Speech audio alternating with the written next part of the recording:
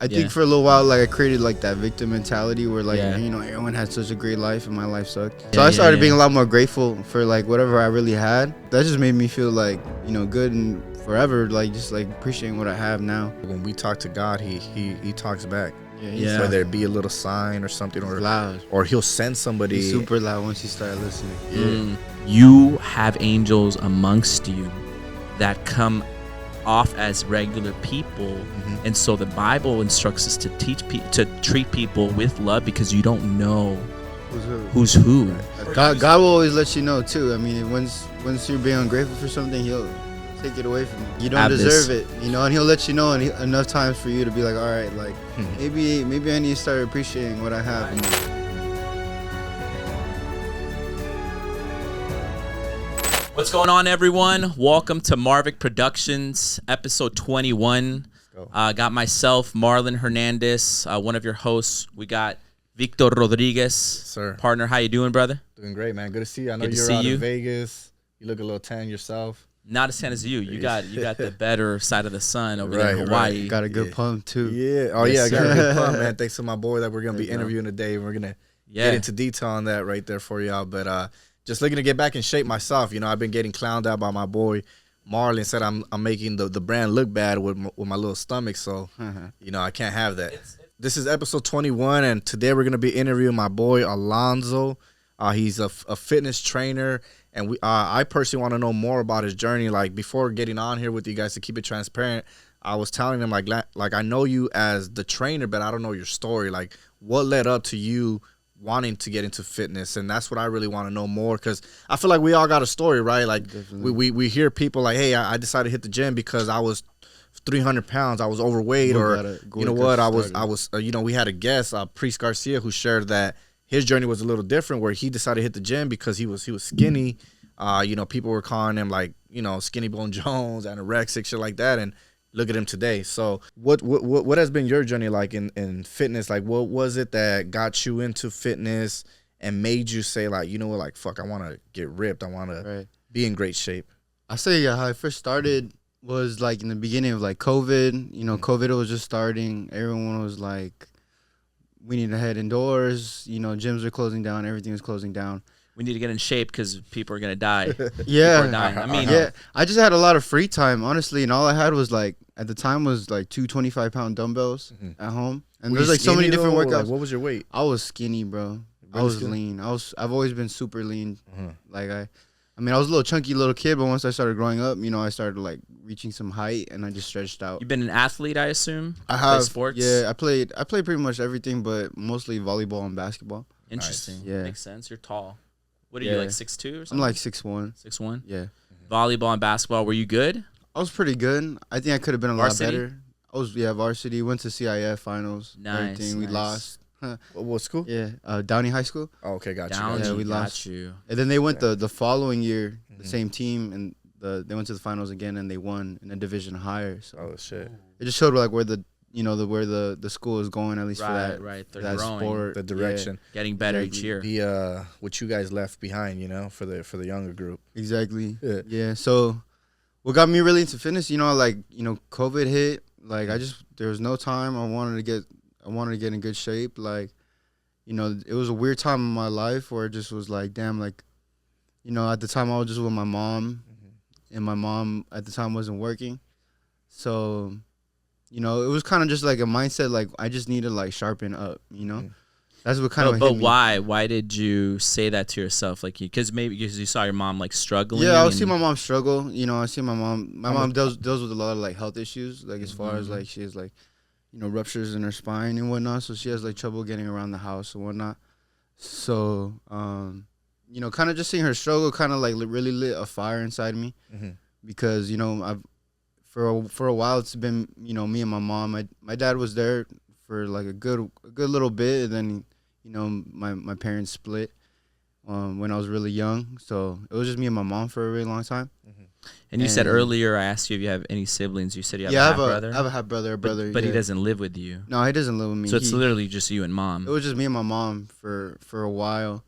It was things kind of hit the fan for a little bit. We were kind of moving around a little bit.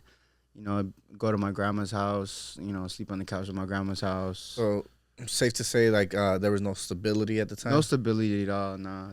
For a little while, things were just kind of shaky, you know, just with my parents and whatnot. You know, everyone has their own issues. My dad had his own little issues, you know, drinking and whatnot, you know, that could kind of really rupture people's families and whatnot. Drinking's terrible, bro. Drinking is you know, they advertise it and they market it, you know, to keep people on like a low vibration, and you know, and not thinking properly. Yeah, and that's kind of something that kind of like lit me. I just kind of saw my dad, you know, just go through his stuff, and then my mom struggle, and I was like, all right, like it's time to shape up, time to take over. Nice. How old were you at that time? At that time, I was like 9 years old when my parents split. Yeah, and then, you know, me and my mom kind of moved around a little bit. My mom tried to work 2 jobs. So I just kind of I have had a lot of time in just solitude, really, just being on my own. Time to think. Just for a kid, like a lot of solitude is kind of interesting, you know. And I was always kind of been like a weird kid. Like I didn't really want to like hang out with people or nothing like that. Like I already feel like an old soul since I was like a youngin'. Like I went to like summer camps and shit like that. But like for some reason I didn't want to like, you know, take part in like any of the shit that kids were doing. Like why was that, you think? What was I don't know. Were you too busy? I just feel like my soul, like my I just had like an old soul, bro. Like I didn't really correlate of just like running around and shit. Like you know, I would just like sit there and like see kids like fuck around and just be like, damn, like I feel like I need to be doing something else. Like I always felt like that. Well, I think that your mind, correct me if I'm wrong, but it was probably on survival mode where you're thinking like, shit, you know, my mom's, safe to say she was a single mom at that time. Probably, already. yeah. You were seeing her working 2 jobs, and your mind was probably taking you like, man, I gotta provide, I gotta find a way out. Yeah, like, as a kid, I was like, damn, like I don't know, like all that kind of just shaped me, kind of made me want to like isolate and like. After a time being like that, just became who I am, you know, just like isolation. Did you grow up sad, bro? Like maybe, you know, as you're describing, like, you know, your mom being separated by your dad and she having to work 2 jobs. Did you ever feel like, damn, I don't fit in with these kids? Like these kids are able to do this or buy this, go here. I think I felt like that for a little while. I think for a little while, like I created like that victim mentality where like, you know, everyone had such a great life and my life sucked. Until like I really grew up and I was starting to see like, all right, like I don't really have it that bad. Like people have way worse than me. You know? So I started being a lot more grateful for like whatever I really had. Yeah, that's real. That's real. And then that just made me feel like, you know, good and forever, like just like appreciating what I have now. Do you remember the reason I'm gonna ask you this is because I have a similar story for me. For me it was Honduras. So my family's from Honduras. Right. Your mom's from Nicaragua, right? So shout out to Central America. What's your mom's name, by the way? Elliot? Yeah. Does she speak English? Yeah. Yeah, she speaks English. Shout out to Elliot. She'll see this. So not the first time that I went to Honduras, but the first time that I went alone. Because the first time I went was my mom. She passed away over there, and we went to go bury her there and stuff. But the first time I went by myself, I was 11 years old, and my dad was excited to send me because, you know, he's like, all right, I won't have my son for a month. You know, he's gonna be, you know, alone and he can do his thing, whatever. Right. I was excited to go because okay, shit, I'm gonna go to Honduras, and my favorite sport is soccer. We have a house next to a soccer field. Super cool. Right, so I'm thinking, bro, I'm gonna play soccer every day. Like, you know, as a kid, that's all you want to do is sports, right? But speaking of, like how you said you realize that, oh, I don't have it that bad. Like, it's very interesting because I learned this later on in life. I studied sociology, and there's a term in sociology called absolute poverty, which pretty much states that like the poverty here in the U.S.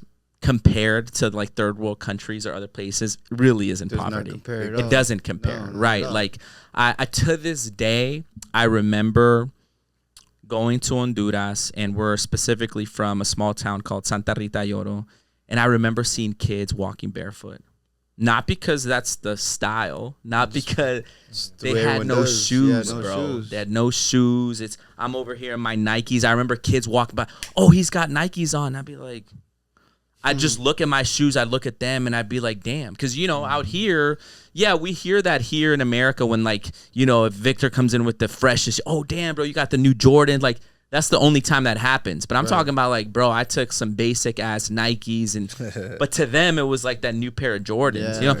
So as a kid, I was 11, you know, and as a kid, you know, we're growing up, we're learning. I remember that time where it made me appreciate. I was like, damn, like even having jeans on, it was like they just pointed everything out. Oh, he's got jeans. Oh, he's got shoes. And you know, I remember, I think God from such a young age gave me like a generous heart, because I bought all the kids. I mean, we play soccer every day. I bought them all ice cream and shit. Nice. And, you know, we just, you know, little things like that. But makes you, at least for me, it made me appreciate life more, what we have more. And you know, I'll let you share yours. But I just went to Honduras in February. Same thing happened again, where I remember coming home and I was like, damn. Like, I need to make changes in my spending. I literally had this conversation with myself, because Lord knows I can, you know, now with a little bit of money and things are going better. Like, you know, sometimes you go to dinner, you spend $200.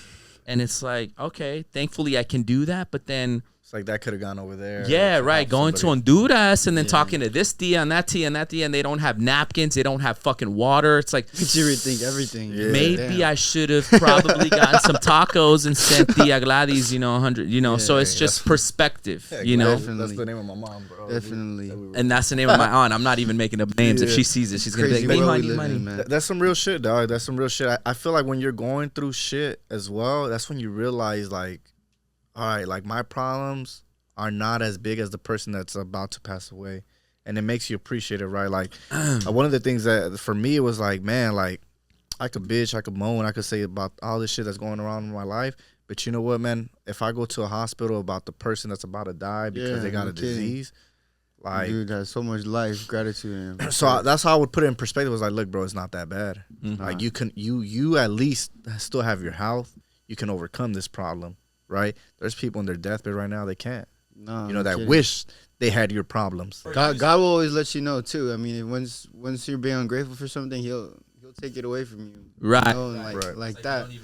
Like, you don't deserve it, you know, and he'll let you know enough times for you to be like, all right, like, maybe I need to start appreciating what I have more.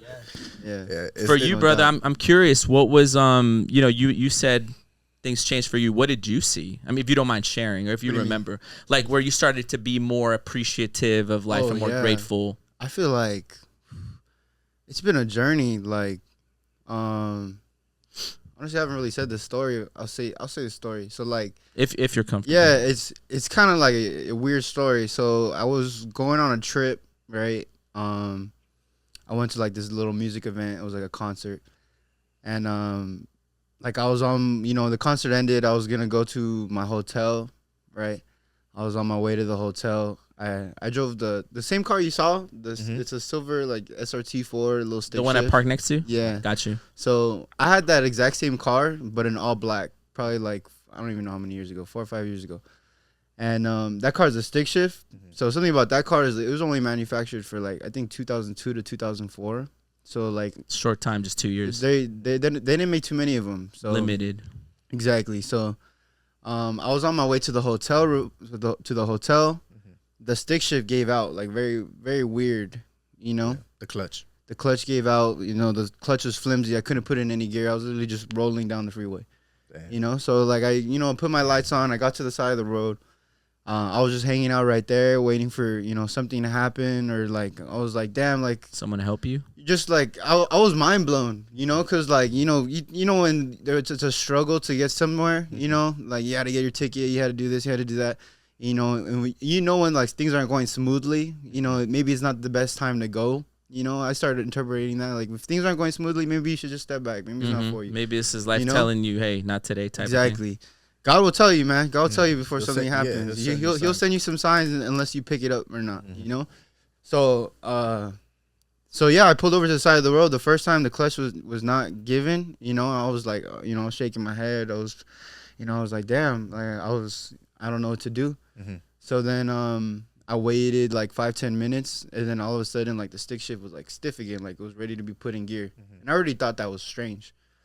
And I forgot one important part of the story. So as soon as I got into the car, the day of the concert, you know, when all the doors are closed, like, you made sure that all the doors are closed and, like, the light will turn off. Yeah. the car's light would not turn off. And I shut all the doors. Like, I got out, slammed every one. I was like, this light is not turning off. Yeah. Like, for some weird reason, I was like, I had to drive, like, holding the light, because I was like, damn, this shit burning my eyes, you know? I can picture that. Yeah. So I'm over here driving stick shift, like, with Yeah. my hand on top of the light, you know, trying to get to the hotel. And then, it broke out the first time. I pulled over to the side of the road. I waited like 5-10 minutes, and then all of a sudden, like, it snapped back on. I started driving down the freeway again, and I was like, okay, it broke like in fourth gear. I felt weird in fourth gear. I was like, hopefully I could just get there. I could enjoy like the rest of the room. It's like one more night, and then like, you know, fix it later. You know, it's not really the time. Trying to just get through the night. And I was like an 18-year-old kid, so like I was already broke. You know, I barely had enough money just to get to the festival. And you're by yourself, or obviously. the concert, whatever it was. Yeah. Yeah, and then, so I started going the second time, right? And I noticed it broke in fourth, so I was like, all right, I'm going to keep it in third. And as soon as I put it in third, it broke again. So I pull over to the side of the road, and I was like, damn, this is crazy. Like, I don't really know what to do. Like, you're playing with me. Like, what's going on?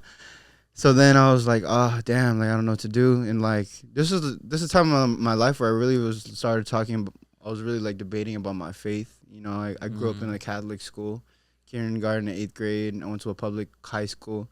But this is the time when I was really, like, questioning what I really believed in, because, you know, everything was already programmed for me. You know, this was where I started, like, decode, you know, the things that I saw, and started, you know, putting my own spin and perspective on things. Right, creating your own truth. So I said a prayer, you know, that second time that it broke, and I was like, you know, God, like, I know, like, my relationship with you has been twisted, and, like, I don't really know where I'm going right now, and, like, I don't know if I, like, believe this, and I don't really understand this. And I just told him, like, help me out, like, this one time. I was like, this is gonna restore my faith. I told this all in a prayer, bro, out loud as hell. I was like, while you're on the side of the freeway. While I was on the side of the freeway, yeah. And I cars was like, flying by, cars you're flying. out here praying. Yeah. Please, Lord. Yeah. I was like, please help me out. Like, you know, this is going to restore my faith. Like, like, I really need you right now. It was just like a weird time in my life where I was like, okay, like, I need this. Like, I need you right now. It's not the time for this. Like, don't do this to me right now, you know? It's so funny how we try to negotiate with God. Yeah, it's facts. Please, as I'm Lord. listening to it, I'm getting memories of my own personal stories and situations like that. We've all been there. Yeah. Shit. So I finished up the prayer. You know, I put my whole heart into what I was saying. Like, I really was feeling it. That. And then for some reason, like, I was on the phone, or like talking to, like, you know, a tow company, you know, just trying to figure out how I'm gonna get out of this. I was like super far from home too, so that's not about to be a cheap tow. Yeah. You know, I'm not 6 miles, AAA, fucking Right. premium member. I don't know what the fuck. Right. But, Down the street. Yeah. But yeah, so yeah, man, the shit just started. It clicked again, and it was like, all right, stiff. I was like, damn, it broke in fourth, it broke in third. I'm gonna keep it in second. So I just take off, bro. And then as soon as I put it in second, it broke. So I pull over to the side of the road. The car I had was black. It was a black SRT4. There's another car that pulls over to the side of the road too. He goes on the left side, left arm of like an off ramp. I made it to an off ramp. He pulled over to the left side. I pull over to the right side. He then like swivels over into the right arm. He backs all the way up, and then I see the car, and it's an all white version of my car. All white version of the same car. And this wasn't just an all white version of my car. It was like the same This one. was like a souped up, like beautiful, like tricked out. like this car's already rare, but the fact that this car was super tricked out, like an angel, bro, like a dead ass angel. Like he came in the same exact car, like souped up, everything. So he backs up. He like looks out the window. He gets out of the car in a mechanic uniform. He comes up to the car. He comes up to me. He's like, "Oh, what happened?" I was like, "Oh, like, you know, the clutch. You know, it's not working. I'm not really sure. I'm unfamiliar with what's going on. You know, and I can't put it in any gear." And he doesn't really say anything to me, bro. Like, he really like didn't talk to me at all. He was like, "Okay, I know what you need. Like, I have the part. I'm gonna go get it, and I'll be right back." Like that, bro.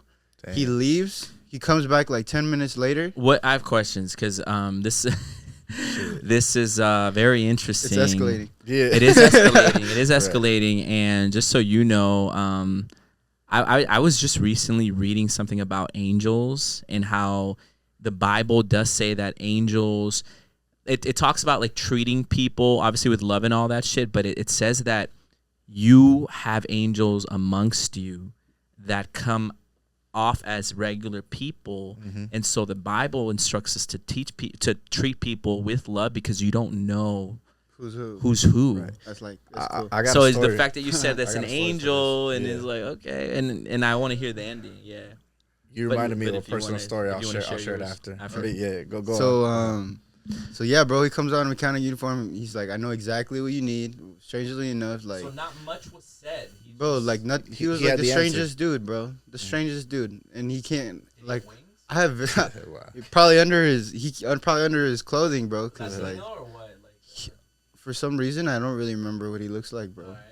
For some reason I So don't know did he why. fix the car? He was for like you? a whitish guy, I say. Yeah. So like he leaves for 15 minutes, like fast, bro. Like probably less than 15 minutes. He comes back like 6-7 minutes later. He's like, you guys. He's like, you could hang back there. And like he gets in, like he was pulling stuff out of the console, pulling all this shit out, you know, getting in there, putting it back. And as soon as he's done, like he just goes into his car, he puts his tools in his trunk, he gets in his car, and he just gives me a thumbs up at the window.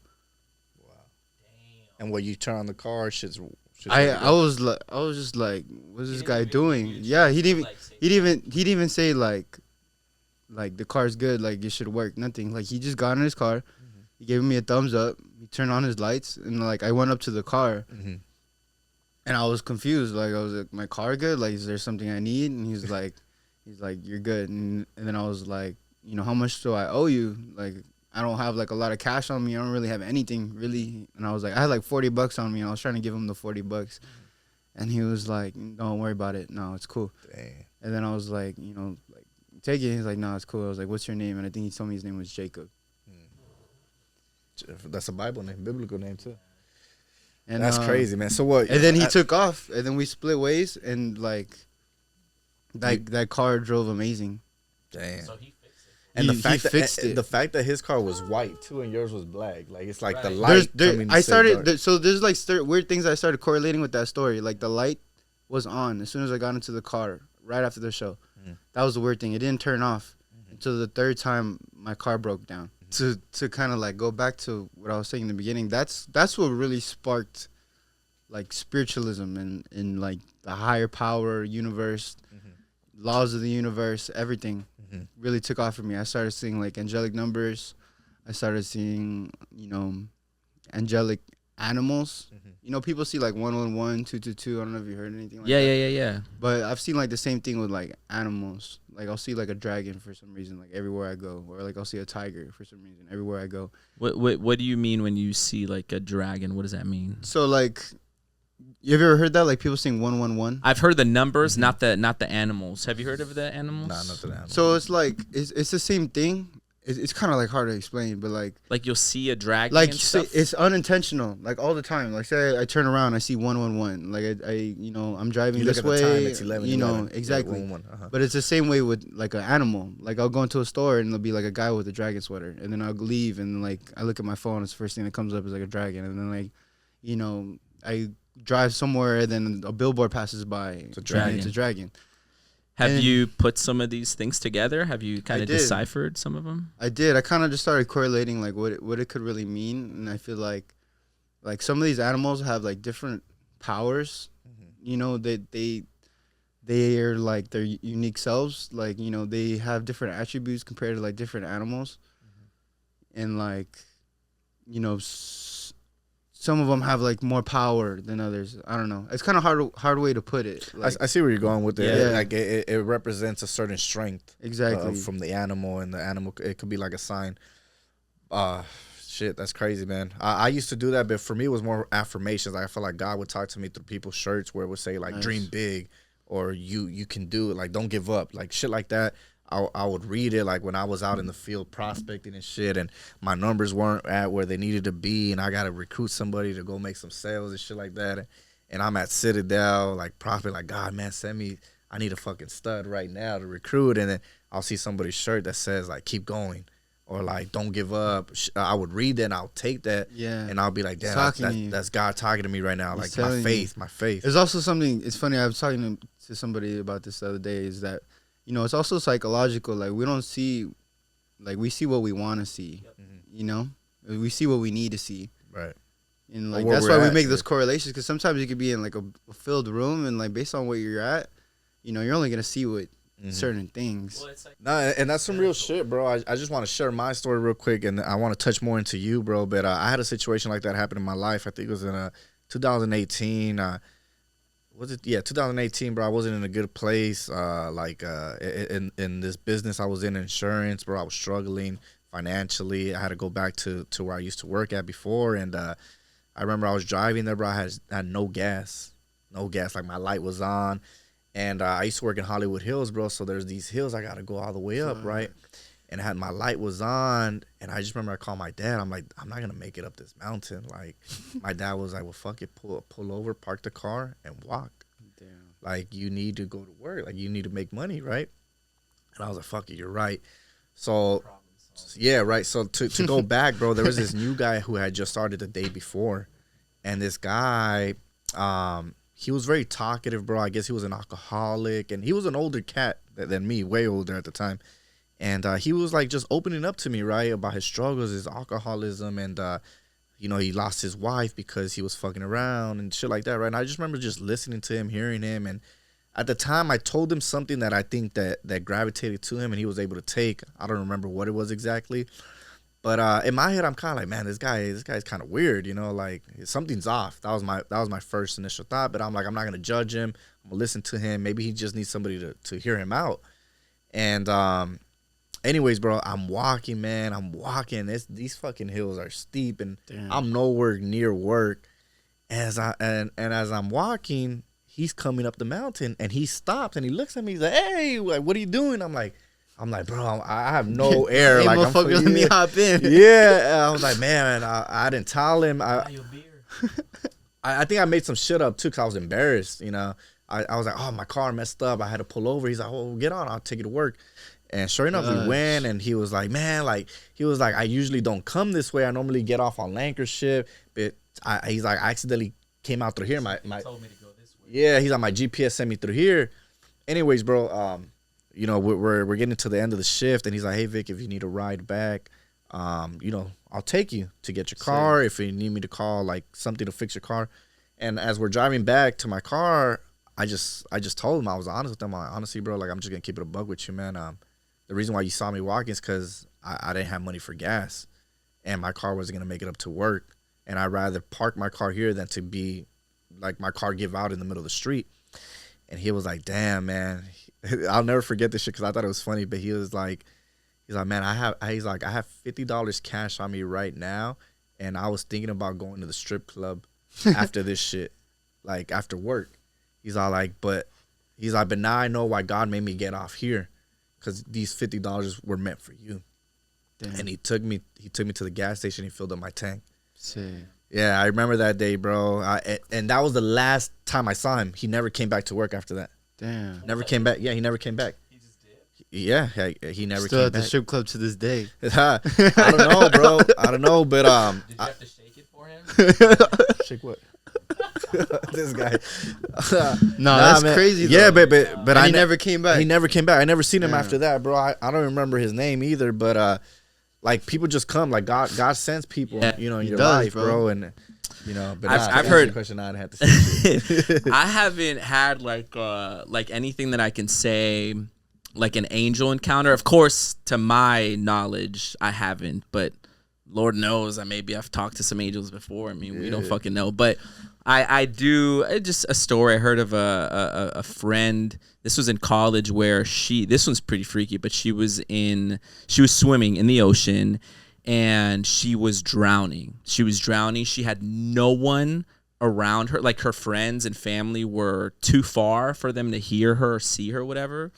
She said, like, this dude came out of nowhere, kind of like with your situation where, like, dude comes out of nowhere and, you know, it's freaky, like, same car that chick said. Obviously, she's in the ocean. Dude comes out of nowhere, saves her, like, holds her and takes her to shore. She obviously survives, and like it's one of those movie things where it's like, she looks this way, she looks back, and the dude's completely gone.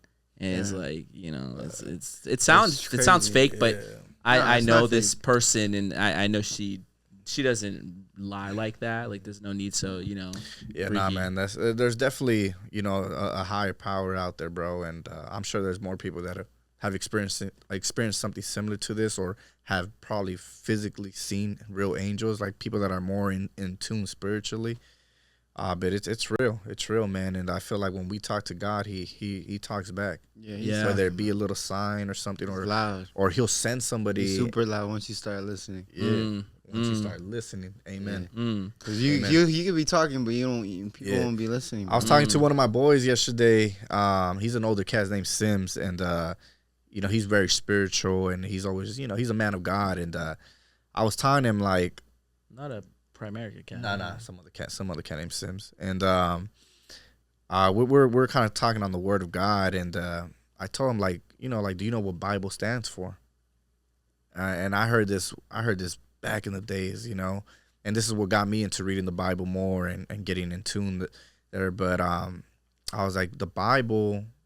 The Bible's not a word. It's a, how do you call it? Like when it's a B/I suffix. Yeah. And what it really stands for is basics instructions before leaving Earth.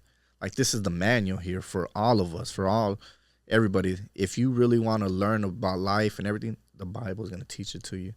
That's the instructions there. That's the manual book. So that's what got me more involved into reading the Word. And when you start reading the Word, and I was going to tell you this earlier, is that when I'm going through shit, bro, and I feel like there's no way out, I kind of psych myself out in the sense of like you might be a Messiah. Like the way the Bible talks about Joseph and these people, who's to say that later on in life they're not going to talk about you?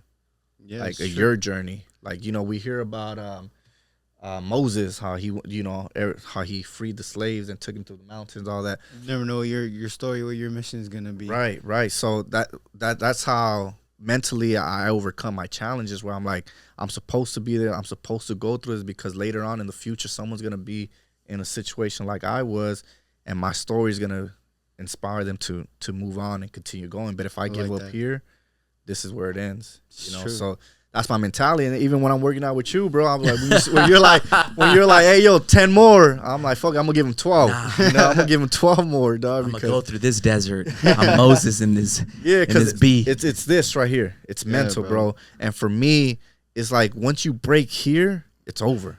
Yeah, I'll take 1,000,000 losses, bro.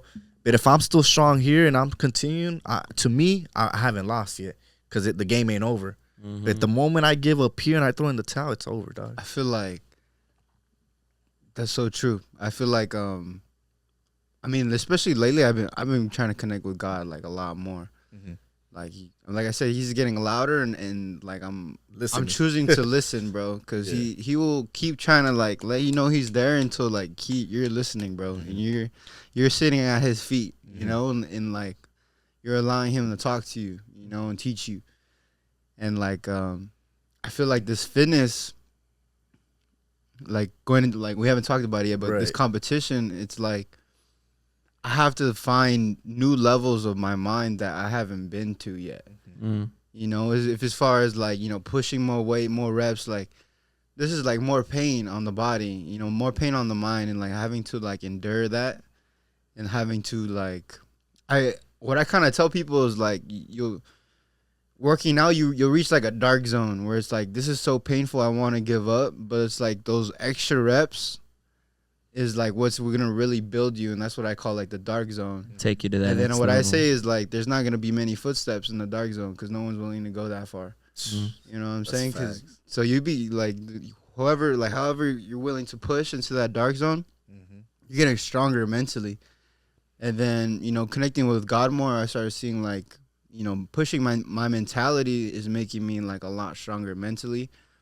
And now I feel like God is sending people to me to help them like mm-hmm. more and more, because I feel like I'm strong enough to handle it. Right. Because like if I were just, more people to come at me and I were just to fold, mm-hmm. Like there's a lot of people coming like needing help, you know, for a reason from me. Yeah. You know, because they're witnessing something that like that I can do for them, and I need to like take part in that role. Right. I was just gonna ask you precisely that. Like, how has let's call it spirituality, you know, how has it impacted you on your faith, right? Because you think about the two, it's like whatever you want to call it, religion and fitness. Most people don't tie them together, but Yeah, you're saying that they are go, tied. yeah, they go hand in hand. They do. How are you?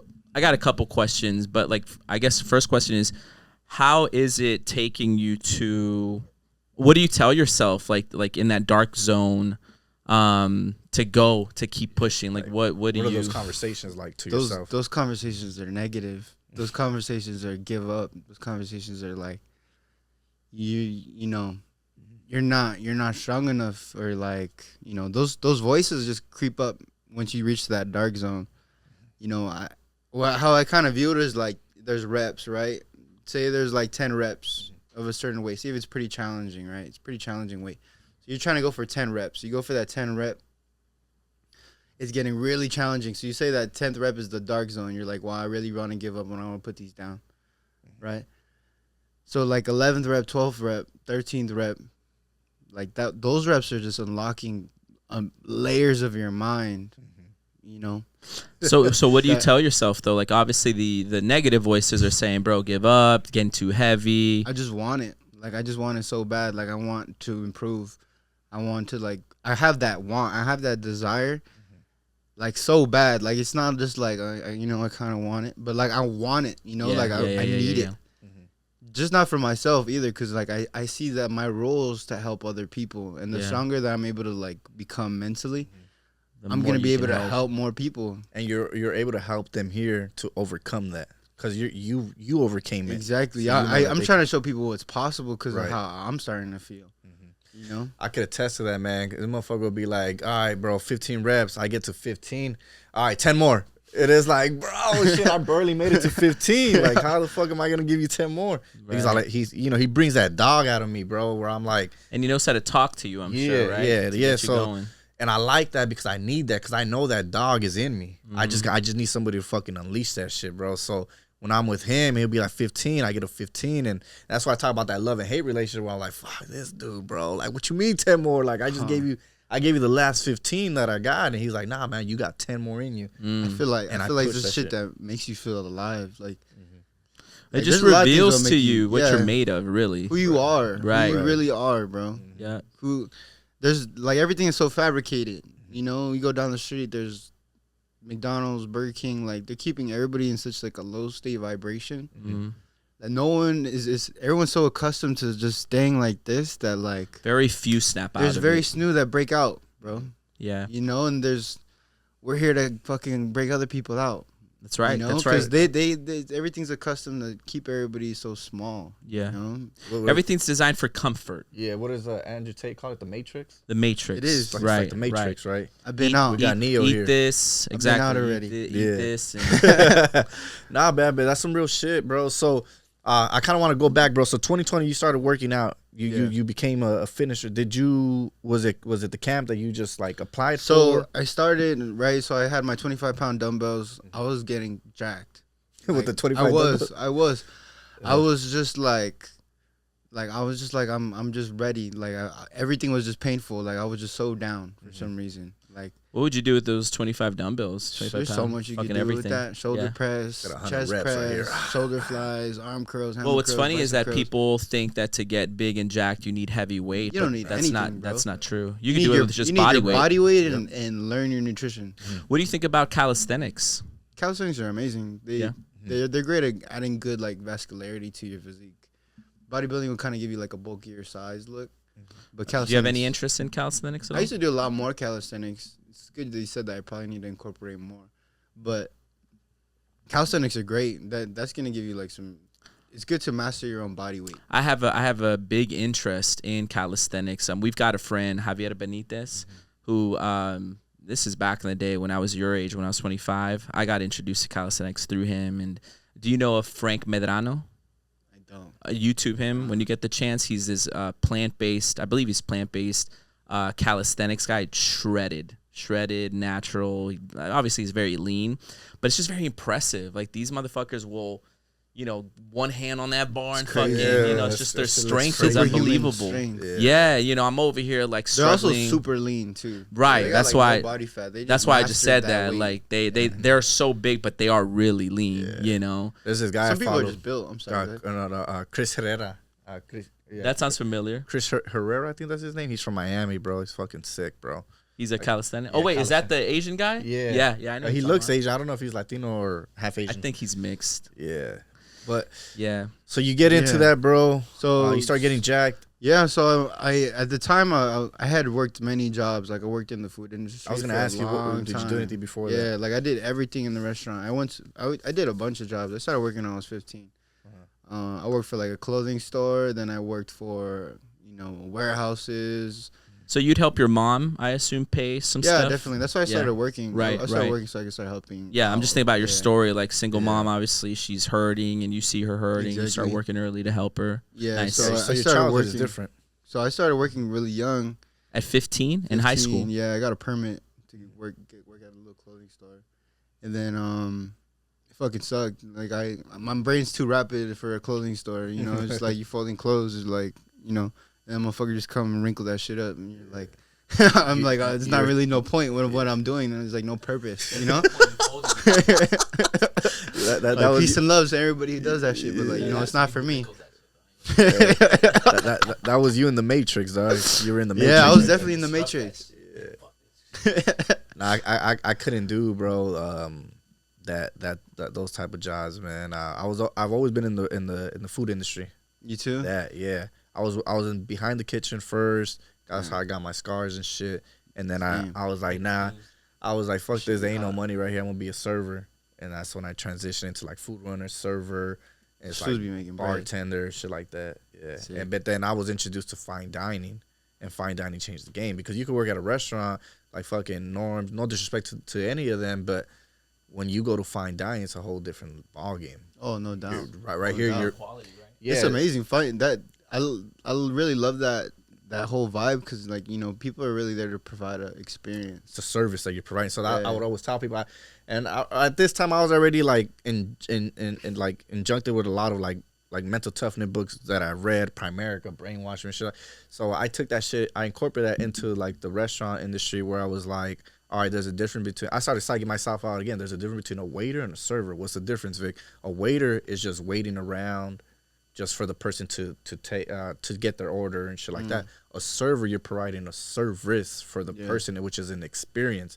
And when you're a server, you're providing that experience. And guess what? You're gonna get tipped more because people are there for experience. When you go out to eat with your girl at a restaurant, you want to get an experience. You just don't want somebody to come up to you like, hey, what can I grab for you?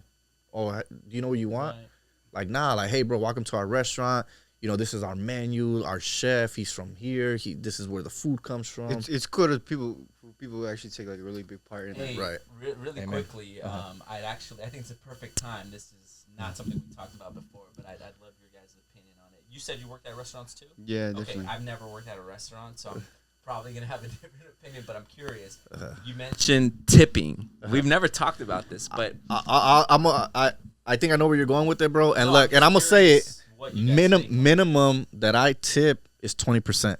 Got it. So you 20% believe in tipping, and the minimum you do is 20%. Yes. Okay. Now I'm gonna make this shit clear though. If I go to Starbucks and I gotta go and I'll be like, hey, yeah, give me like that, and you know how they have it on the POS now, like right there, like tip. They just turn over I don't tip on that because this person didn't really provide a service for me. I already knew what I wanted and I just told them what I wanted. So you don't automatically just tip everywhere. No. You actually have to stand out and put in some effort, and if they do that, your minimum is 20%. And if the experience wasn't as good, and if I didn't see that effort from that person, 15, 18%. How do you feel about it, brother? I'll definitely tip. Yeah. Do you tip all the time or same things? I mean, definitely in Starbucks, anything like that. No, I'm not tipping. Yeah. You know what I'm talking about? Like, I mean, maybe once in a while, a cold blue will be like, all right, I feel kind of generous today. No, of course, there's always. He was kind of generous today. What'd you say? He said this was kind of generous today. I'll tell you. Well, of course, we all have those experiences where, I mean, we've all been there where we'll leave the restaurant talking about the server. Like, hey, that person was really nice. They were People really always cool. be like that. Yeah. Be like, people be like, that shit sucked. Yeah. Or the opposite. Like, yo, Yeah. fuck that dude, that fucking attitude. So recently, because of this Honduras trip that wasn't fucking captured in the audio. Before you go there, man, Go I ahead. want to shout out 3 people, man, that put me up on game when it came to fine dining. Marilo Rivera, appreciate you, bro. You know, like, you really put me up on game. Khalil and Jacob. These are OGs, like older cats, bro, that worked in like the top of the top restaurants, For fine dining. hotel, yeah, like Intercontinental, like L'Hermitage and all this shit, bro. They really put me up on game, and I took something from each one of them. Like, oh damn, this person's personality. It's funny you said that. His knowledge. I totally feel like that. Too. No, bro, and we gotta learn. I met some characters that really formed me. I feel like yeah, and you gotta take the good and leave the bad, you know, because there's not good examples, and I always notice that they'd always bitch about like, oh, this person left me 10%. Well, shit, I wonder why, bro. You didn't provide a service for them, like you were just fucking waiting for them. Definitely. And again, for me, because I've been in the industry and all that shit, for me, it's about the experience. Like, hey, yo, this person really went out of their way, made me feel good, made me laugh, really, you know, put me up on game, on the food and where it comes from. That, by all means. When a person makes a connection, they make more of an effort. I think the connection is everything to me, where it's like, damn, this person's nice. They're really helping me out. They're not just giving me, you know, they're listening. Because I ask a lot of questions. Yeah. I'd be like, hey, what's popular here? What are people ordering? And if They're listening to, like, if you have an allergy and all that shit. Right, So I think they that goes care. a long way. Yeah. Because I've worked in places, bro, where it was like, this person was like, they and I hated this, and I say hate is a strong word, bro, because you're expecting something for nothing. Right, where it was like, oh, this person didn't leave me any tip or left me $5. But again, like, what efforts did you put? Mm-hmm. Like, you let them, you didn't even walk them to their table. You just let them sit down, and you fucking went, did like 3 laps, and came back. Oh, are you ready to order? Like, that's not a service there. Right. Like, this ain't fucking That's a McDonald's. bad That's like experience. McDonald's. Yeah. Yeah. Like, they could have gone to McDonald's for that shit. But if you went out of your way and make that connection and like introduce yourself, who you are, and You right. You make more of an impact. People remember you more. yeah, exactly. Say, hey, I want that server next time I come back. You know what I'm saying? Yeah. What's the largest tip y'all gotten? Man, Just curious. bro. I've never. In a night, I made Biggest about tip? 500. Whoa. Okay, but Yeah, that's definitely. all tips together. Yeah. All tips together, not just from one person. All tips together, yeah. That's good. I've been got- around same. that too, like 300. I got in one, bro. I'll never It's not forget. bad, bro. Serving Yeah. money and serving. No, that's what I'm saying. Especially when it yeah. comes to like fine dining. I got one, bro, where I had no idea who she was. She just it was her and Maybe an angel. her wife. But yeah, nah, bro. Like I was just me at this point. I wasn't forcing anything. And at the end of the night, she left me a really good tip, and she left me her business card. And it was a restaurant in downtown LA. It's like a Spanish cuisine. I forgot the name of it, but she was like, I took a picture of that shit too, man. But she complimented me. I don't remember word for word what she said, but she said, I would like to return the favor. Here's my business card. Come eat here, and we'll take care of you. Ooh, that says a Like that, lot. bro. So I You was took care of her. She's trying to. do the yeah, same and for like you. she wrote it on the receipt and shit. Like I took a picture. I'll find that. But maybe even to work there too. Shit. probably yeah. I'm assuming like come down, eat, we'll take care of you, and then I'll pitch you my pitch. Come over here. But yeah, dog. I feel like we're getting off track here. But bro, let's get back to the fitness. My boy Z man. So it sounds to me, bro, like you kind of had your purpose figured out. Like yeah, mom's struggling. I gotta help mom. I gotta go work. I gotta hustle to help provide. Was your mom already kind of sick at that point? In 2020 or? Yeah, I mean, she was kind of just dealing with her own thing. Mhm. Kind of like, like we don't really have a lot of family over here. Mm-hmm. Like, not really. So, like, there was not really, like, a lot of gatherings or anything like that. I also lost my aunt. She lost her sister when I was 17. She was murdered. Oh shit. But This is here in LA. yeah, this is here in LA. Yeah, she lost her sister by her own son. So it was like a kind of Your cousin. Yeah, it was like a vicious kind of thing that went on. Damn. So that's kind of another thing that kind of like framed everything too. Mm-hmm. You know, seeing her like go through that, losing a sister. You know, and like the pain that she the felt, emotional damage, the emotion. You know, everything. Just kind of seeing, like, I was really close with them too. Like, we didn't have a lot of family, so those are the people that we did keep close. Did you ever think he could do something like that, or? My family's kind of violent, bro. Like, like you're acting up, you can get like Americans slapped across the face, bro. Yeah. Like in front of everybody, you know, like aggressively, you know, like some people would be like, wow, that's really disrespectful, but like that was kind of like, that's kind of like, you know, like you're acting up, you're gonna get taught, you know. So that kind of like lit everything up for me. Like I said, like that first job for fitness for me was Crunch Norwalk. It was the only, shout out Crunch Norwalk. That was like the only gym that was open during COVID. They had moved all the equipment outside. I was like, all right, for sure. Like I really want to do this. I got like my personal training certificate online. Anyone who wants to be a personal trainer is actually really easy to do. To go get your course. Yeah, what do you have to do? Yeah, you take a course online, but you know, I think mine came out to like $1,000 for total. Yeah, but it's not even bad for like yeah, it's not super cheap, but I mean for the payout from it has been, you know, tremendous. I mean nowadays not a lot of places have asked for my certificate or anything. They kind of just like know what's up. Reputation. Yeah, your reputation has built up. Yeah, so you know, Crunch was a great place. I did like group classes there for a little while. I did some personal training. I started getting bigger. I started seeing how corporate gyms are just like taking loads of money from their trainers. You know, they're charging like abnormal amounts of money, like all of them. You gotta pay rent. Right? Like no, they help you get clients, but like your hourly wage compared to what they're selling packages for is like ridiculous. You know, like I know LA Fitness, 24-hour Fitness, Crunch, you know, Fitness 19. All of these gyms, like these corporate gyms are offering like $700, $600 packages for like 2 sessions a week, you know, which is like a lot of money. That's like over like $100 a session, you know. But like going to like a corporate gym like that, a 24-hour LA Fitness, or I'm being honest, like the trainer there is not going to be like, you know, top notch. It's going to be like a very mid trainer. So you're paying a whole lot of money. So you're paying a whole lot of money for like a mid trainer for sure. I mean, I have my own coaches too. So like, I mean, for my goals, I'm willing to spend whatever, you know, to reach what I want to reach. Yeah. But I say for like the typical person, so for like the typical person, I think anywhere between like, you know, $400 or like $500 will kind of set you straight, you know. That would like 2 to 3 sessions a week type. Yeah, definitely. Yeah, that'll set you really straight. You know, that's all you really need. Someone to help you with your nutrition guidance, accountability, form. Like, there's so much that goes into it that people like are unsure about. You know, they're like, everyone's not really willing to take that step sometimes. You know, it's just like you got to dip in, especially if you know you're working with somebody who knows exactly everything you need to do to get exactly what you need. And like, you know, I had someone the other day tell me like for some reason, like I can't stop eating hot Cheetos, you know, like I can't, like, it's because like it's a habit, you know, you made it a habit, you made that who you are, you made that a pattern, you know, exactly.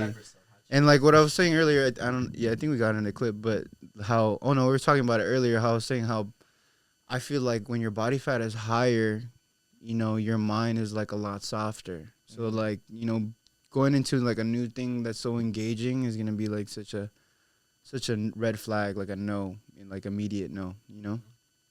I also noticed that too, like as your body fat decreases, you know, your mind is a lot sharper, you know, a lot sharper. You're just like more attentive to just like the present moment in general. I feel like what a lot of people forget about is like a lot of the things that they're eating is processed.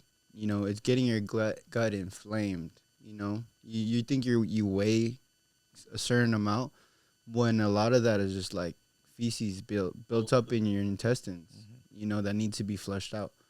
And then, so you'll see somebody who's like just started working out, they'll drop, with a good nutrition plan, they'll start dropping weight like right away. because like all the fiber and the clean nutrition is flushing you out, you know, and that's like really essential. Because I mean, everyone's kind of unaware that like processed food is getting their stomach so inflamed. Yeah. There's a like popular commercial. I'm sure you've seen it. Like Umzu. Have you? Umzu? It's like a pill that helps you.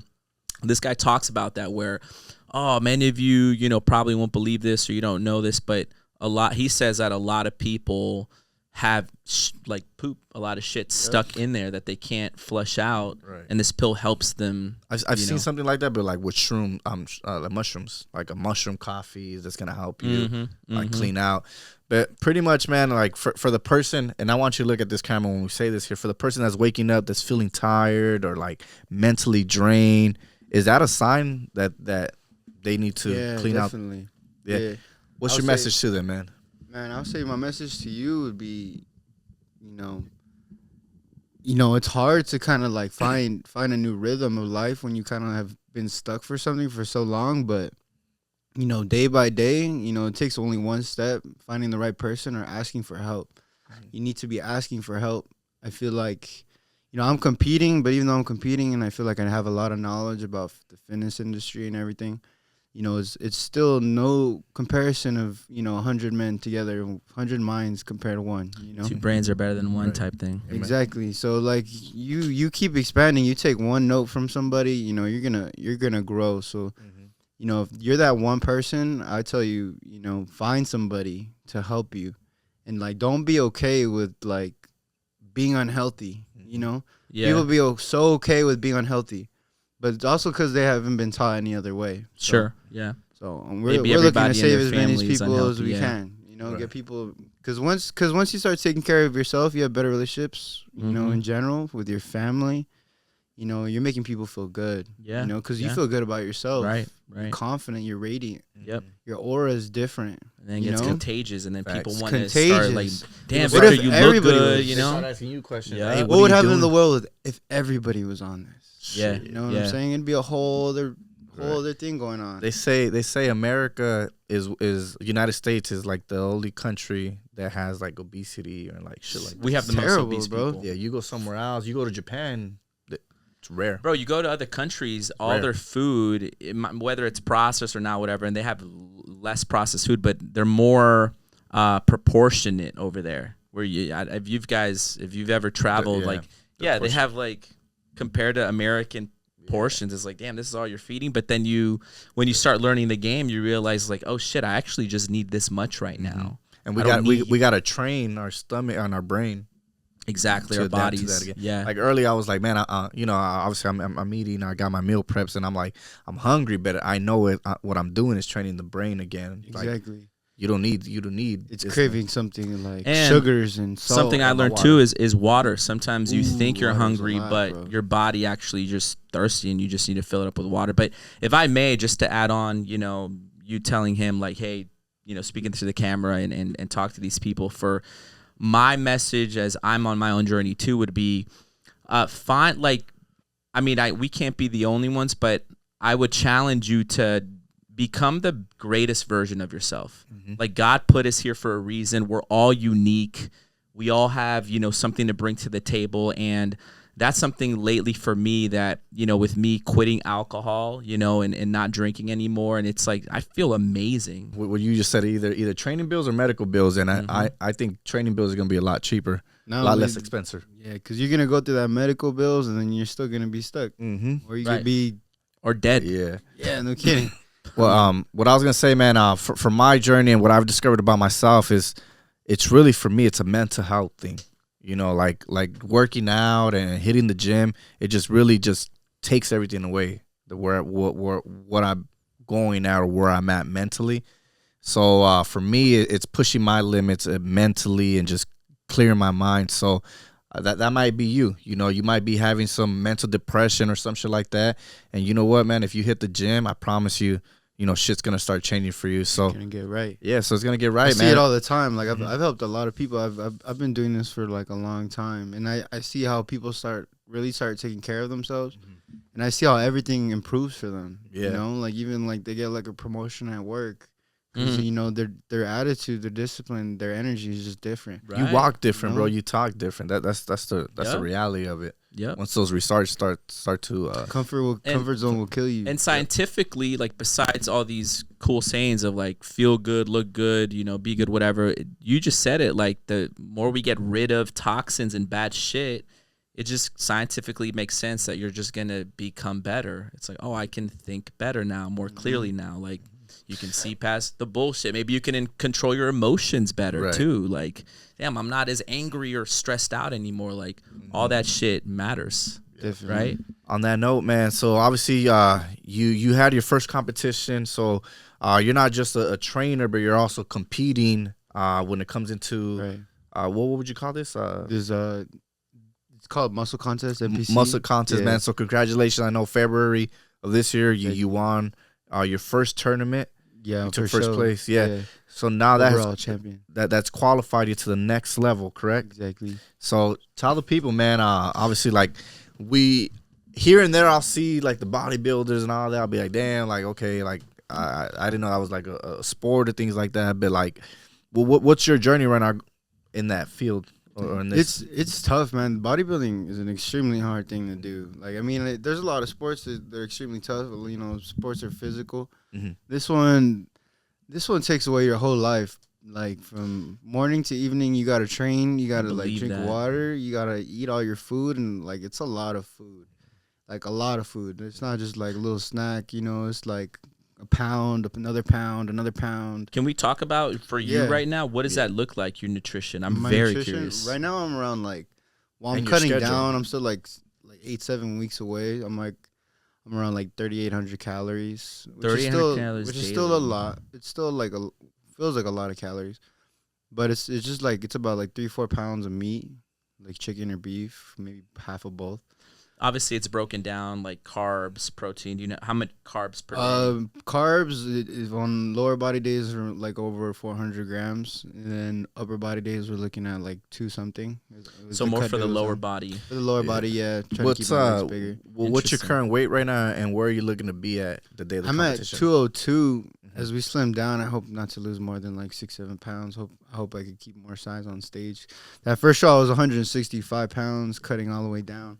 But I had a much different approach that time than I do this time. What's the difference in the approach? I cut out my carbs like a month and a half on the first show. Yeah, that was like way too early. I lost a lot of size and weight. Was that advised by somebody, or you just decided to do that?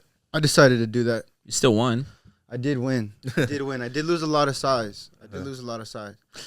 But that's now that I'm kind of like, you know, more balanced. I have a lot more knowledge. I have more people behind me. You have that experience now. Yeah, too. so like, yeah, we kind of been all over the place. But like, I started at Crunch, you know, like I said, and then I moved to the camp. Did group fitness classes there. You know, working with big classes. I mean, at that time, you know, classes were around like, you know, anywhere between like 20 to like 40, maybe even 50 people. I think I had a couple of times where I had like over 50 people. Shit. You know, and like it's cool to have to lead that many people. You know, it's like, you know, you're in charge and you have to make sure you provide a great experience for everybody. And like everyone's taught, no one's gonna hurt themselves. You know. Mm-hmm. So from the camp, I'm now at Fit Nation. It's a spot right here in Norwalk. It's a cool bodybuilding gym. Shout out gym. Fit Nation. That's the spot. Is that mostly for bodybuilders? That's what it's known for? There's a lot of professional athletes in there. So cool. So what I'm going for in the national show is my pro card. There's a lot of other trainers at the gym I'm at who already have their pro card. So that's where I'm getting like a lot of my nutritional advice. That's smart of you to connect yourself to that community. I wanted to go there right away as soon as I won that last competition because I wanted to surround myself with what I wanted to become. You want to learn more. Exactly. Do you have to, can anyone join it or do you have to Yeah, you can get a membership. So for these competitions, you said you cut out the carbs too early and then you lost a lot of size. So Victor brought it earlier when we were talking outside, but how are these competitions measured? Like how do you win? And then the other question just slipped me. Let's start there though. If the other one comes back, I'll bring it. Posing is taking like a really big place. How you present, what you worked on, you know, your whole physique. I say they'd go like based off like muscle mass with like vascularity, how much, you know, size you have and how shredded you can be. Like veins? Symmetrically. Mm-mm. Not so much veins, but cuts. You know, being able to really see the lines of everything. Right. Yeah. Also having the mass. You know, so that's really what they base it on. But like people could have all that and not be able to present it, right? Or not have the confidence or the aura on stage. You know, you could have all of it, but like be up there and just look like kind of foolish, unless you have like that full routine done. You know. I got a question. Do you tan right before going up, or you tan like a day before? You get like a layer the day before, then you go back the day of the show, and they might. Do you know why they tan, Vic? To show more, right? It shows more, yeah, right? It'll show my vascularity, yeah, the darker color.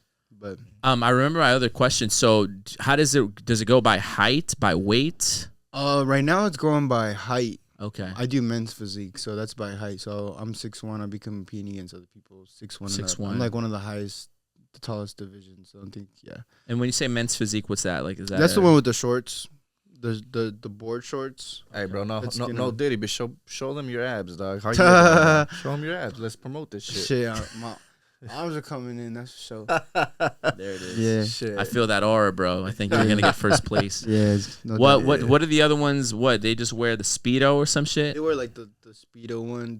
Those guys are big though. Like the super shredded. Those guys are like the muscle monsters, no doubt. Yeah. Is that where you wanna eventually get to or not? That's a spot we'll see. Yeah. But right now, I like the men's physique right now. Yeah. Why is that one right now? More of your style? It's kind of like more of my style. Men's physique is a little bit more about like aesthetics a little bit, and like bodybuilding is getting a little more rigid. You know, a lot more size.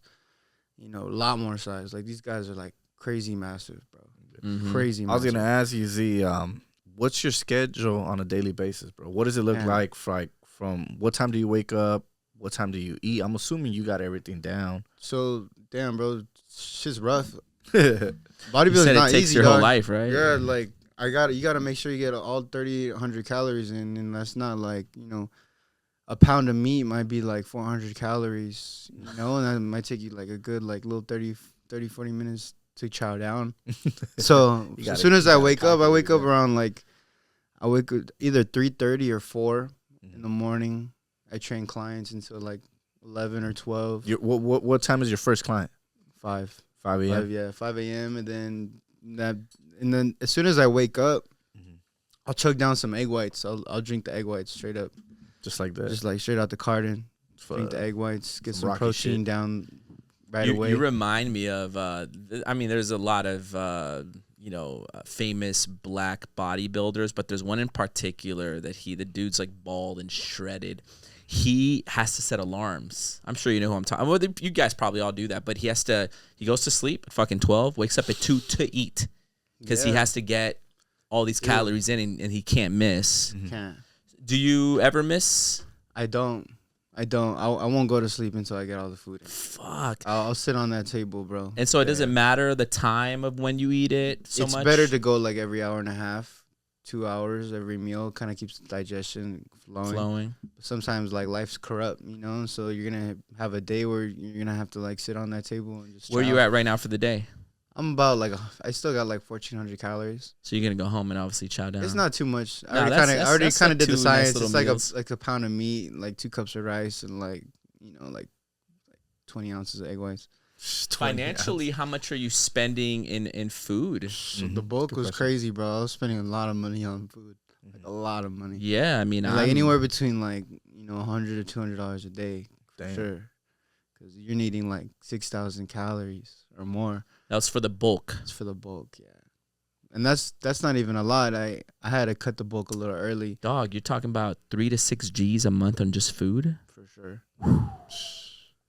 Just food. Just food. Yeah, the medical bills are looking a little tempting now. Body. On that, you know what? I might just get diabetes. Fuck it.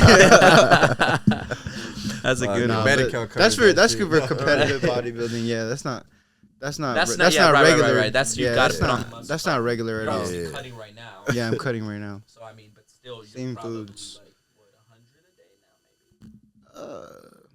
Probably like 60. Playing it right. Yeah. Like I mean, everything's calculated, bro. I could tell you the number of the cost of anything. I'm sure you can. Ground beef, 92.7, like anywhere is gonna be around like $7.99. Do you care about the quality of your food? I do. You do. Where do you normally get your food from? I honestly go to Food for Less a lot. I think everything else is like super expensive. Yeah. But are you like you gotta have organic type? No, I think Food for Less has pretty good quality. Okay. Like I could tell when foods make me feel like a little different energy wise. I think Food for Less is like, right, pretty mid. You know. Yeah. So Z, what's your vision, man? Let's just say you win this national event, man. What's pro next card? I already have it all planned out. I want to, take this one. I want to take some time off because I kind of did 2 competitions back to back. That's like 9 months of prep, 10 months of prep. Are you craving like ice cream or Nah, not at all. He's too mentally strong. I don't care for that. Not at all. No way, really? Not at all. Not even a slice of pizza. It looks good, but I know how it's gonna make me feel right after. So you're way past the craving. I'm past it. But when you say you take a break, though, you think you'll eat a little bit of that, maybe? Yeah. Okay, cool. Feel normal a little bit. Yeah. I mean, honestly, I want to just spend more time in nature, bro. I need to get out. I'm always inside, like the gym. Yeah, that's true. That's like pale as fuck. I look like a vampire and shit. Time for you to go back to Hawaii, bro. Yeah, I need to get some sun, bro. Nature is important. Connecting to the source. You gotta listen. Have you ever heard of this guy named Andy Frisella? No, I haven't. First Form, the guy who owns First Form? That's Andy Frisella. Okay. Yeah, I'm familiar with the company. Yeah. So him, bro, he has this program called 75 Hard. I'm sure you heard of that before. Oh, okay. Yeah. Yeah, but he says you got to get 2 workouts in a day, 1 indoors and 1 outdoors. It's important to work out outdoors. I find that that's super important. It's just kind of it keeps your working out fun. Yeah, I agree. Just switch things up, different atmosphere, different environments. Yeah. You can't just do the same thing all the time. But you get bored. Right now, I'm for sure. Yeah, I'm locked in. And you have to be in the gym because obviously you're competing, so you got to hit certain. It's funny because everyone has a different take of how to do things, and I try to work with many different people, and I get a lot of advice. You kind of find the medium over the average of what you think everyone is saying, and you kind of just try to go with that. But it's tricky, because people think that you need to work 2-3 hours to look crazy.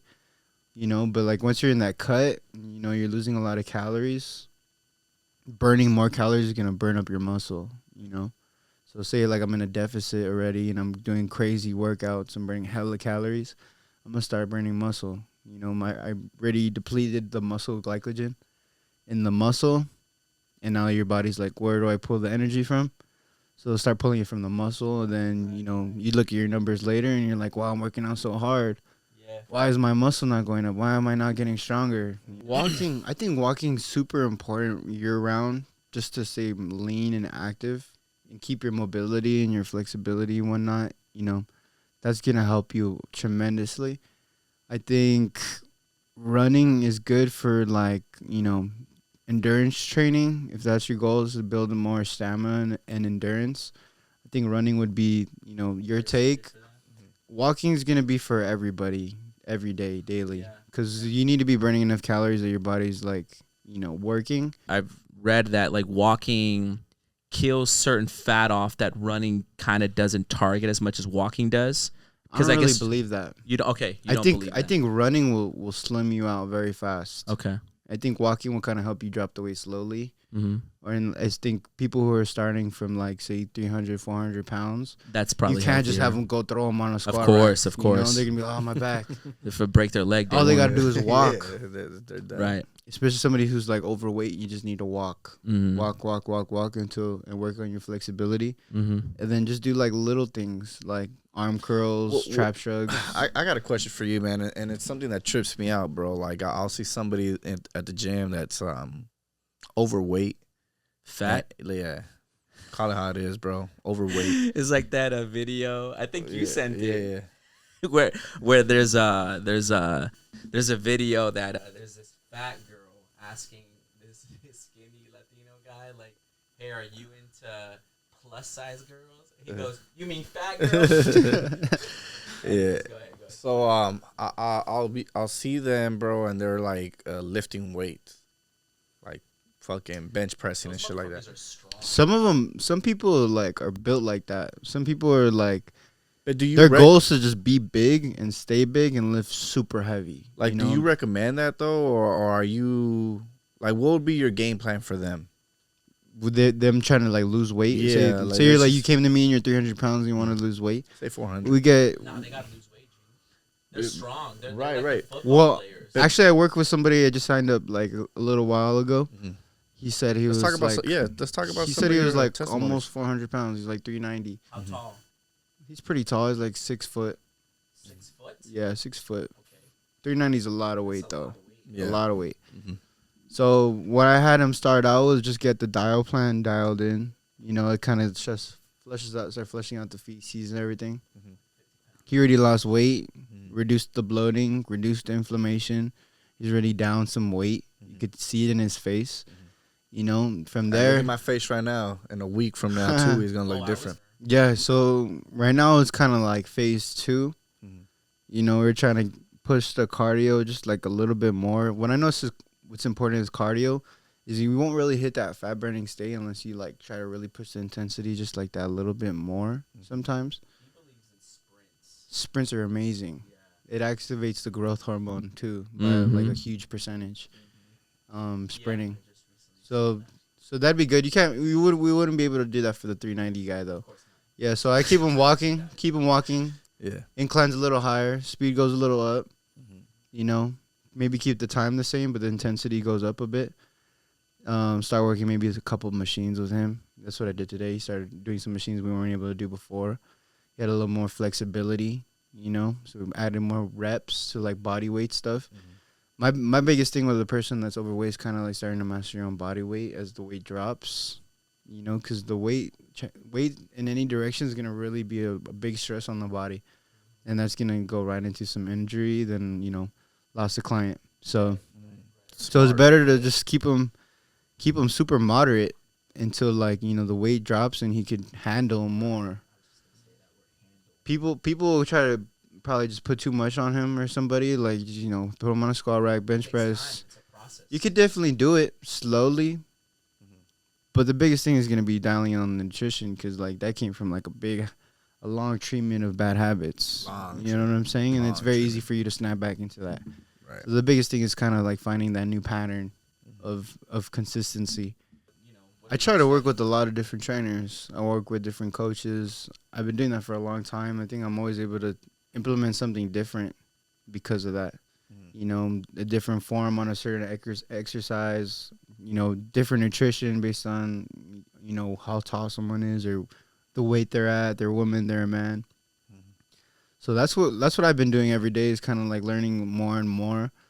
So to say, like, for someone who just look like who was looking to come to me for training, you know, you're getting like a lot of knowledge. You're getting, you know, there's no ABC trying to figure it out. It's going A to Z. I'm studying it all day long. I'm staying on, you know, YouTube, studying like some of the best bodybuilders and what they're doing. Well, I will say one thing, and I do want to say this is that. So the guy that's helped me out with his plan, and he'll say it. It's funny. We had a moment today where I was, you know, hitting the weights, and he's a coach, so he's setting up for class, and I was like, hey, bro, I'm starting to look like you, and he's got a belly, and he's funny because he'll embrace it. He's not sensitive. He's like, what you mean, fat? And we both laughed, and I'm like, nah, I want to look like you in that picture after you did 75 Day Hard. So I think he's an exception because he knows what to do and how to get fit and like no diddy, but like he fucking ripped and he's a big dude, all that, but he's got a beer belly, you know, so he is a little fat right now. But going back to like what I look for people like that are staying up to game. Kind of reminds me of like even Yadeth in real estate where she's always reading and staying up.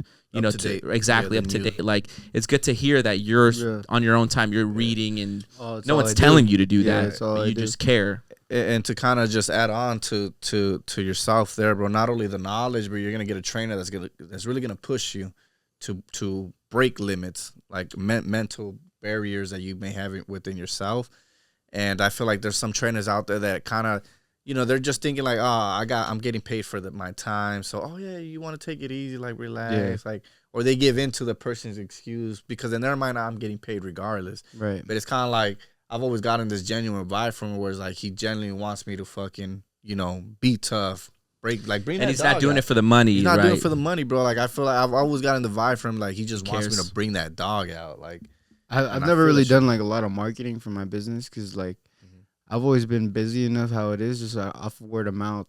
That's always been like the Let best the work marketing speak for me. itself The, type. the work is always spoke for themselves, so I've never really posted it a lot. I'm not really on social media crazy or anything like that. Just We because gotta get you on though. Yeah, definitely. On some real, like, some if real you've had shit, this yeah. much success, bro, Super true. marketing yourself. Super and true. what I was gonna say, man, from that point, like, do you see yourself opening up your own gym at any point? I do. I think the gym I'll open will be evolutionary for sure. It's gonna take like a whole new grasp of the fitness world, better than fucking this corporate shit out there. The camp. What's wrong with this corporate shit right now? Talk about it. I'm curious. It's just like What do you plan to incorporate? Like, there's it just. is it more for the trainers or the equipment? I mean, there's nothing wrong with corporate gyms. Like I have a decent equipment. You know, I mean, you know the difference between like really good equipment and like, you know, going to like choose equipment. Like there's a huge fucking difference. Yeah. Like there's No disrespect. there's some equipment that's like Toyota and there's some equipment that's like Lamborghini, and like it gives you that result. You know, and people are unaware of that. They're like, oh, like I'm at corporate. Like there's nothing wrong with that, but you're gonna need something to get you to that next level. You know, why kind of mess around with like all this other shit? Have you tried Tonal? Tonal. Oh, I've heard of it. It's like some like virtual thing, right? Yeah. Do you know what Tonal is? Nah, I have no. You know Chris. Vasu? I know Turo. different. Different. But you remember, you know Chris Which one? Vasu, Nah. my boy, homie from Ohio. Anyways, this guy has a Tonal in his garage. It's $4,000 to $5,000. It's crazy. I'm just curious if you've tried it since you're an actual trainer. One of my clients has one. Well, yeah, you see fucking LeBron James and all these. You're talking about equipment like this. The technology's crazy. You just fucking need a wall and you get the sticks and it measures your strength and it gets harder. It's not the same though. What do you? What, Yeah, because I have a client who has it. I have some pretty cool clients who have some setups like that in their house. I go to their house to train them. Yeah. But like they're just telling me like it's like not the same as like getting our in-person training. Right. You know. But it's still Yeah. cool. Yeah, it's super cool. I would love to try that. What are you gonna name this gym? Probably Zozen. I love Zozen. the name Zozen. Zozen Yeah. Fitness or Zozen. Zozen? Kind of sounds like chosen. Chosen Zozen. Yeah, Zozen. I like that. Why should someone hire you, man? Oh, because they're gonna get what they came for. Simple as Simple as that. You'll make it. They're gonna happen. get more. Yeah, they're gonna get a lot. They're gonna learn more than just changing their body. They're gonna unlock levels in their mind that they never realized that were possible within themselves. And I guess I'm gonna realize their own potential. What are your prices, big dog? My prices, I do semi-private training, private training. You know, the one-on-ones are gonna cost a little more compared to, you know, the semi-private. Yeah. Then I also do group classes, online training. There's all spectrums of it. Like I have some clients like in different areas of the U.S. You know, I have like 2 clients from Texas actually right now online. Yeah, so like I get like FaceTime calls, you know, kind of hear where they're at and like kind of work with them, texting them every day. They're asking like a lot of questions about stuff. But, you know, that helps a lot. I mean, knowledge is power. You know, it don't matter where you are in the world. You know, what I have could help you. Applied knowledge is power. Applied knowledge. You gotta True. apply it. You could exactly. tell me all this shit, but if I ain't applying it, it ain't gonna work out. Very true. Let me tell you something, bro. So, even when I was training with you back then, bro, we were real consistent, bro. That's when we were traveling to Miami. We were going there. We were going over here. But I'll make sure to get our sessions in before dipping. That was a great time. yeah, we hit the killing gym that together. shit. I remember fucking Miami. Yeah, Miami, dog. And then also, like, for me, that was like my cleanse, you know, from all the fucking party. All the drinking shit. Yeah. Hey, so crazy, bro, because for me, like, I've been trying so fucking hard, and this is the part that got cut out in the beginning. I've been trying so hard for so long. Like, I joined Orange Theory. I've been a member of the camp. Like, I've So I was able to lean myself out to probably like 173 pounds, but I didn't have muscle. So I was like, nah. The camp is going to just thin you out for sure. Well, if you think the camp's going to, do you know about Orange Theory? Similar. They're even worse in the sense of like, they do more cardio than the camp and less weight. So they're everybody there's super lean. The camp's good for people who are just kind of starting off. Right. Yeah. And I kind of wanted to get your thoughts on the camp just because I kind of, there's. You're over here branding them, TC right there. Yeah, this is the camp right here. Shout out. But my thing, bro, was just not properly understanding the math behind it. Where it turns out, now that I'm actually getting results and I can see my chest finally, and I'm leaning, and I'm not there yet. I'm getting there though. I can see the physical difference. It turns out my shit was just impatience. Yeah, I don't know how common of a thing that is for your super clients. Impatient. But it turns out I was actually doing the right things. I just didn't stick out. I didn't do it long enough to see my body change, because I did the math where, what do you call it? BMR? What is that? The resting? What's BMR? Oh yeah. So how many calories you're burning at rest, no matter right. what. So like my number was like 2,200, and then you start doing the math how much you burn at calories the camp. in, calories and out. then the deficit and all that. And then at the end of the week, it's like you should be losing a pound per week. I'm kind of weird about it too. Like I also I like putting like my own energy into the food I make. Sure. You know what I'm saying? Yeah, but like I totally agree with that too. You're competing. So yeah, that's kind of where I'm at. So I like, personal. yeah, exactly. I like to know what I'm consuming and what went into it. So it's ingredients like, you're adding into it. exactly. We gotta get them on that Celtic salt. Yeah. On some real shit. I was telling you about that. Higher Quality salt, bro, is gonna help you out as well. What 82 minerals. Watch episode 20. Do you have a website? Where people? I don't. I had a ClickFunnels for a little while, but like I said, I haven't really marketed online as much as I need to. I was also reading, or I was watching a video actually that like fitness trainers are taking this shit to like 10, 15 racks a month, on a program that they're running. Like Priest Garcia, he has a program. His mentor had a program. Do you see yourself doing like an online program, some shit like that? I do, but I don't. Mm-hmm. I think a lot of that it does make a lot of money, but it's not very personal, with the clients. Because you're dealing with more virtual, or I think some people who kind of on the online is very just like snaps, copy paste, click, send. And I don't really like that experience. It's good and it'll pay, but the money, I don't really care about the money. I'd rather have like a good experience with whoever I'm working with and make the connection. Mm-hmm. I respect that. Yeah, I'm not too money hungry. I know. But that doesn't mean you won't make a lot of money. Oh, exactly. Yeah, you could fucking kill it doing that too. Right. Exactly. Yeah. The goal is always to keep doing more stuff, real estate, owning property. That's kind of like where everything's at right now. A little investment after. And you're Just 25, right? Yeah. Just investments, and like I said, like just kind of change the dynamic of fitness. Start it younger. Get people moving at a younger age, teach better habits at a younger age. I think that's like my overall goal. And that's saving lives, bro. That's gonna save a lot of lives, bro. Like if we could get these young kids from fucking putting negative energy out there in the streets, doing stupid shit. And it's getting worse, bro. Like you see these kids all on their iPads and their headphones, and I would go outside and play basketball. They're in the Matrix. Yeah, exactly. They're already programming their kids on whatever they see online, so everyone's.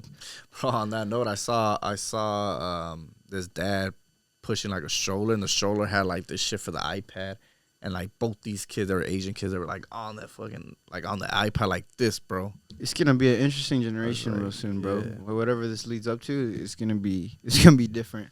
There's good and bad in everything. 100%. They're gonna be very educated based on the knowledge that they're able to, Bad and educated. Bad and educated, maybe. I got a question for you, bro. Before we end this, I'm gonna ask you 3 questions, bro. It's like a little game here. Right, Number 1, what's your favorite workout to do? Favorite workout? I would say shoulder flies, lateral flies. Building my shoulders. How many of those are you hitting? Like a rep? Try to go real heavy on that. Maybe shoulder flies where your back is down. Chest fly. I'm sorry, just like standing straight and going straight to the side, gotcha. like arms straight With both? with both. Okay. Yeah, That's your favorite workout? That's probably my favorite Gotcha. for a while. I just saw a video today. I try to do different angles, Yeah. front, back. Yeah. Every angle is hitting like a different part of your muscle strength. Yeah. So Okay. Second, what's your favorite workout to put a client like to go through? Like where you test them to see where they're at, or like build? burpees, bro. Yeah, Burpees. this motherfucker always make you do burpees, bro. Hey, Burpees Vic, are 100 crazy. burpees before you leave. I kid you not, 100 burpees, bro. Have you done 100 Yeah, burpees? you made me Yes. do them, bro. This was done a lot, bro. Bro, I But was you've done 100 burpees in Yes. one sitting? Yes, bro. Like, Ask him. don't leave until you do 100 burpees, dog. Yeah. How do you like your burpees to be performed? Oh, he even coached me up on Smooth, my bro. burpees. The camp burpees type? Smooth. No. Nah, cleaner than that. How? Like, Like push up, Precise jump, hands in the push air? up. Oh, hands, yeah. Demands hands the in the push-up. right spot. Mhm. Clean. One motion, push-up, one One motion. motion. Swift. Yeah, I bro. remember I would do it wrong, and he corrected me. It has to be one I'm real motion. big on like perfecting your form. I think that's like a big. Form is everything. Not only that, I think it's a good like representation of who you are. Like if you have like sloppy form and you know it and you're okay with being sloppy, then you're a sloppy person. You know. if you want to be quality, like it's artwork. You know, you're chiseling away of your own masterpiece. You know, and like that's how I see it. You know, you're chiseling away. You want to make sure you're perfect. People are gonna look at you and be like, "Damn, that fool looks sloppy as fuck, and his back hurts." Dirty ass house. Sloppy as fuck. Bro, how many pushes would you say we would do per session? Because we would do like 25, and at the end of the day, bro, I feel like we were hitting like 250 push-ups. There's days where I made him do like 300 push-ups Are probably. you still having him do that, or now it's just? No, it's a little switched up now. Yeah, it's a little I switched it up. No session will ever be the same, bro. I might make you do like 200 push-ups one day, another day we're hitting like heavy ass bench press for like 4 sets, you know. And like those days where I'm making you do a bunch of push-ups is like mentality days, you know. We're really building the mindset, so when we come back to the weights, you know, you have that stamina, endurance, not only physically but mentally as well. Yeah, and that's when we're smashing shit. To this day, bro, I could hit 25 push-ups like nothing because of that right there. It just mentally programmed me like Just 25 like fuck push-ups. it, I got it. Yeah, I could do that. What's your third question? My third question, bro, what's your favorite meal to eat? Favorite meal? Honestly, I've had the same fucking and rice. meal. I hate chicken, bro. I feel like it makes my body look Really? like I don't like how my body looks. I rather eat like tilapia and ground beef. Ground beef. Sloppy? Tilapia. Oh, tilapia. Yeah. I was You like, eat a lot of tilapia? I eat a good amount, maybe a pound or two a day. So just ground beef and tilapia. Ground beef and tilapia. yeah. Jasmine rice. How do you feel about turkey? Turkey bacon. I'm not a fan, bro. I like turkey bacon. Not a fan. Like 99.1 turkey is like the driest shit ever, bro. That shit will scratch your throat on the way down. Yeah, that shit's gross. Yeah, I hate that And shit. no yolk on the eggs either? Just straight up? Yeah, right now, I mean, egg whites are super low calorie, bro. You get like 50 grams of protein for like a little carton of like Costco 16-ounce egg whites. And that's like 49.7 grams of protein. How many calories? 237 for 16 ounces. 237 or What do you think 247. about vegans? I think it's great. I think on one day I do want to be vegan. Shit. He's fully plant-based. I Yeah. was hoping to just start a little. No, I think it's great. I think right now, I mean, I'm in a spot where like it's kind of hard to get all my protein in from things that aren't like, you know, animal based. But eventually, I know I want to move to that just for like health purposes. Especially doing for my body. Plant-based eventually? Or No, A maybe little half-half maybe. mostly for sure. I think I'm gonna hit an age where I'm like, okay, like this gotta stop. You know, my body's gonna let me know. Cause you know all this protein and all this shit is not good for me. Because Cliff is almost 40. His body's letting him know. Damn, fucked up. Natural herbs. Side, Yeah. thank you, bro. Appreciate your Appreciate time. you guys. I learned Thank a you so lot much. and Yeah. definitely got Yes, a lot sir. more to Hey, pick your yo, brain on. actually, Guys. I got a question for our subscribers here, man. Drop on the comment section who Z reminds you of. I say he looks like Superman. A little bit of Ryan Garcia there. He could be like Ryan Garcia's older brother. Rafael Marquez. I don't know, man. Hey, One of them. Entourage. Calvin Klein, fucking model right here. You guys let us know. Appreciate y'all. Peace out, man. Much Thank love. You, thank you.